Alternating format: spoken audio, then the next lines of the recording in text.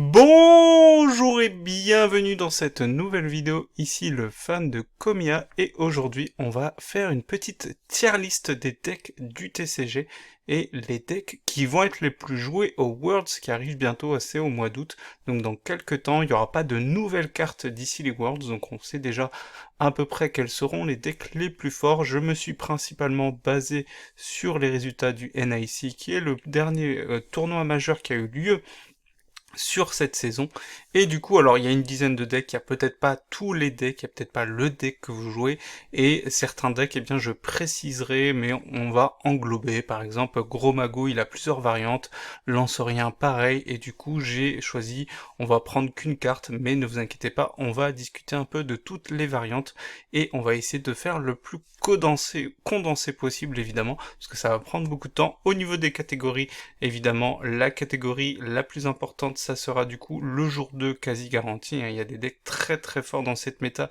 qui, alors pas à 100%, mais peuvent quand même vous offrir de bonnes chances d'arriver sur un deuxième jour de tournoi majeur.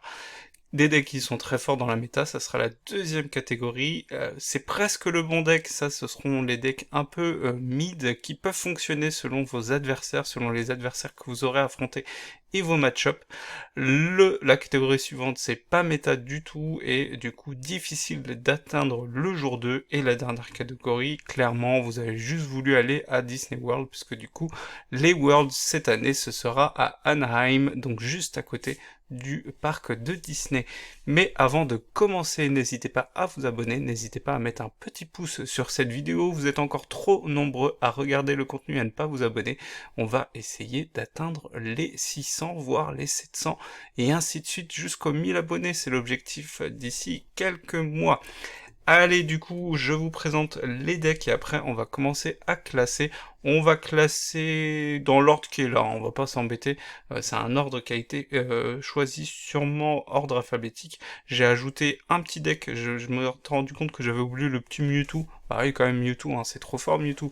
Et du coup on va voir ensemble comment est-ce qu'on classe. Il y aura sûrement des decks que j'ai loupés, n'hésitez pas à me le dire, et n'hésitez pas à me dire comment est-ce que vous les classeriez. Ce que je ferai, c'est que je vous mettrai le lien de la tier list si vous voulez tester. J'ai fait ça un peu à l'arrache, hein, donc rien de très compliqué à faire.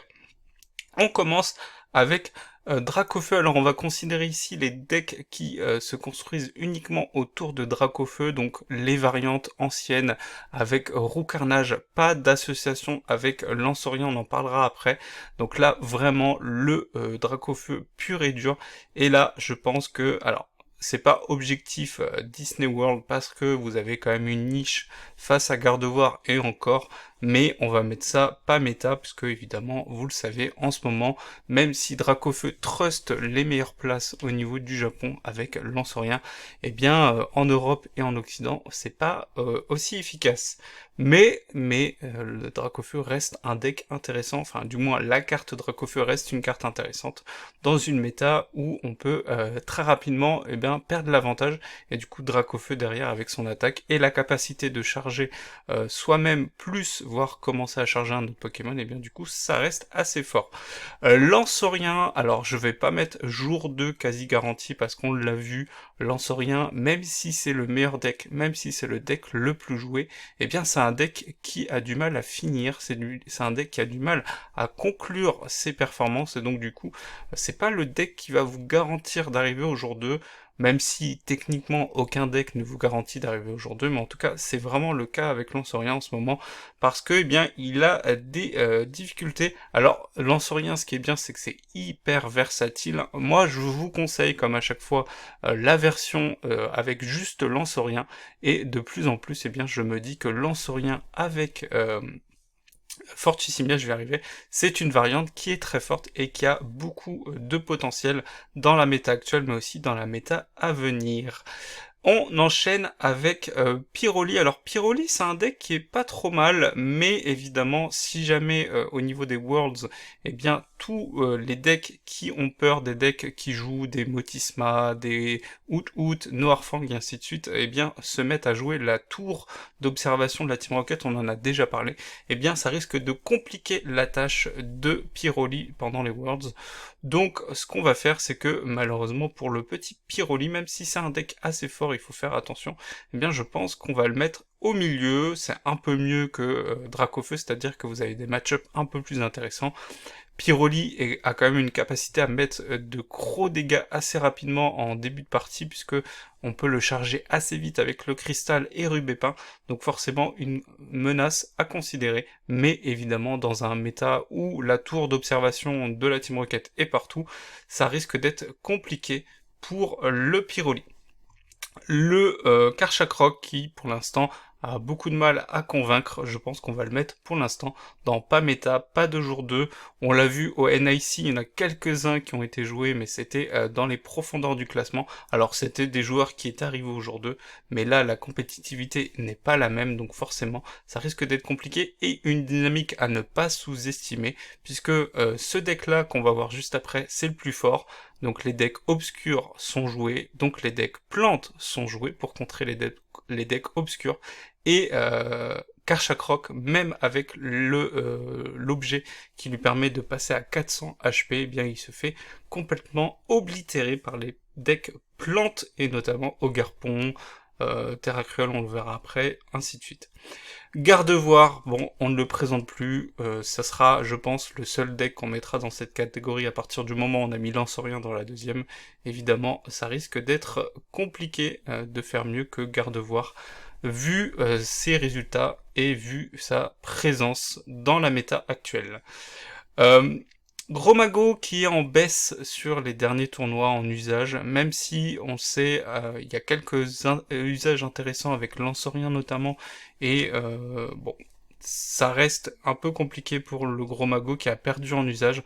On va le mettre au milieu, ça reste un deck assez dangereux à affronter, c'est sûr, mais dans la méta actuelle, il a beaucoup plus de mal pour faire face, eh bien, au meilleur deck du format, donc forcément il perd en usage et en, en utility et en performance. Je vais y arriver. Allez, en Goliath, on enchaîne. En Goliath, c'est un deck qui est très très fort. On va le mettre dans la catégorie très fort dans cette méta.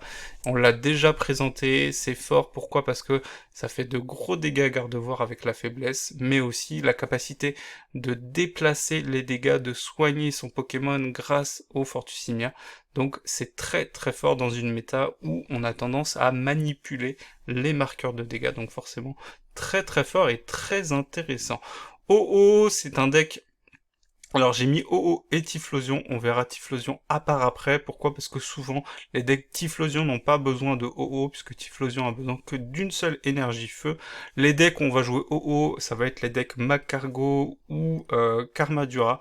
Et pour l'instant, ça n'a pas encore fait ses preuves, donc à voir par la suite si jamais il y a des cartes de type feu très fortes, mais pour l'instant, ça reste assez niche et pas encore très méta. Mais faites attention, si vous affrontez un deck OO, ça peut vous surprendre, donc il faut faire très très attention. On continue avec le Trioxydre, donc c'est les decks de contrôle Trioxydre où eh bien on peut les jouer aussi avec le toolkit Noirfang Out, et là bah c'est pareil, hein, dans une méta où même si on a l'avantage sur le Gardevoir, donc on a un match-up intéressant contre le deck le plus fort du format, donc ça reste un deck viable, mais je pense que, alors je le mets au milieu, même je pense qu'il aura très très peu d'usage, mais je ne serais pas surpris que quelqu'un arrive à l'emmener très loin dans le tournoi. Pourquoi? Parce que ça reste un deck très fort face à Gardevoir. La capacité de retirer des cartes donc du deck Gardevoir, ça reste assez fort.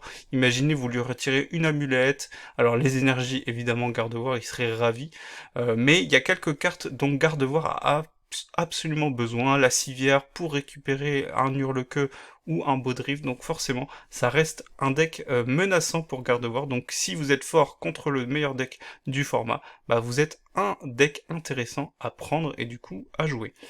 Joltik Box qui était très fort jusqu'à il y a quelques mois, quelques tournois, mais qui a perdu en usage. Au NIC, c'était difficile de le voir performer. Donc je vais le mettre au milieu, ça fait partie des decks qui peuvent fonctionner. mais qui, pour moi, eh bien, je pense, ont peu de versatilité, ont peu de polyvalence, et donc forcément, eh bien, si vous n'avez pas les cartes en main dès le début pour, eh bien, avoir votre game plan, eh bien, ça risque très difficile. Donc du coup, on va le mettre au milieu, comme beaucoup de decks qui sont assez forts dans cette méta, mais qui manquent de polyvalence, et du coup, ont du mal à faire face aux meilleurs decks. C'est un peu le même cas des decks Wall, donc j'ai mis juste, comment il s'appelle, Milobellus, mais on peut englober tous les decks Wall qui vont viser, eh bien, à bloquer les Pokémon X, notamment, ou les Pokémon avec des talents, on pense à Ogerpon de la pierre. C'est des decks qui sont à prendre en compte, mais c'est des decks en général qu'on va voir très rarement. Alors c'est pas impossible qu'on en voit, parce que tout le temps il y a des gens qui vont jouer ces decks-là un peu, on va dire chiant, hein, on va pas se le cacher, mais de là à performer avec, ça reste très difficile, et vous êtes très, comment dire, vous êtes très dépendant de vos match-ups et des decks que vous affrontez, donc forcément, ça reste très dur à contrôler et à piloter. On enchaîne avec un deck qui par contre est tout l'opposé, bien évidemment, Irfoudre, pas besoin de le présenter, très fort dans la méta, très fort de manière générale depuis que c'est là, donc un deck qui va, je pense, performer, mais à voir du coup, est-ce qu'il va réussir à remporter ce tournoi après ses performances qu'on a eues notamment au Japon aussi, avec la disparition des Pokémon support, on l'a vu tout à l'heure, donc Noirfang Out, mais avec l'appui de Mew. Je vous avais testé ce deck très très fort, et du coup, eh bien, j'en attends que du bien. On va enchaîner, je pense que ce sera un des derniers decks qu'on mettra dans les listes du haut, dans les tiers du haut. Pourquoi? Eh bien parce que Rugilune, c'est un deck qui peut faire très très mal à Gardevoir, et on l'a vu, Rugilune est capable de gagner des tournois majeurs, notamment, donc du coup je crois que c'était au Mexique, ou je sais plus. Enfin bref, je sais que Rugilune a gagné un tournoi récemment.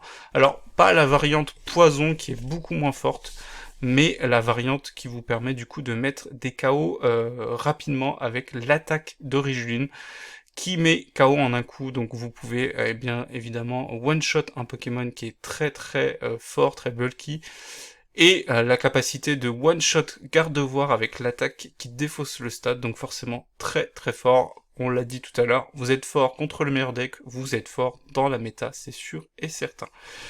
Terrapagos, là par contre, c'est la chute, c'était assez fort il y a quelques temps, mais désormais, c'est complètement dépassé, plus assez de dégâts, la stratégie qui est mise en défaut par la tour d'observation de la Team Rocket, les frisons qui ne marchent pas, les out qui ne marchent pas, donc évidemment trop de difficultés pour performer. Donc je l'ai mis quand même parce que c'était un deck qui était assez fort dans la méta depuis SVI, depuis la rotation, mais désormais c'est beaucoup trop faible, et du coup on le met dans pas méta, et peut-être pas de jour 2. Après, piloté par un très bon joueur, ça peut arriver au jour 2, mais ça reste très difficile.